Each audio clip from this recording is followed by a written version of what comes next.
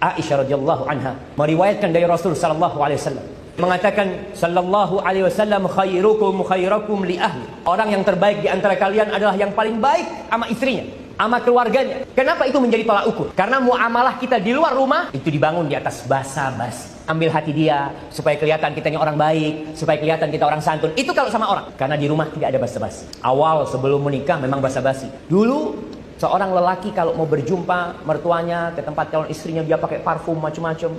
Ketika udah jadi istrinya udah nggak ada lagi tuh parfum.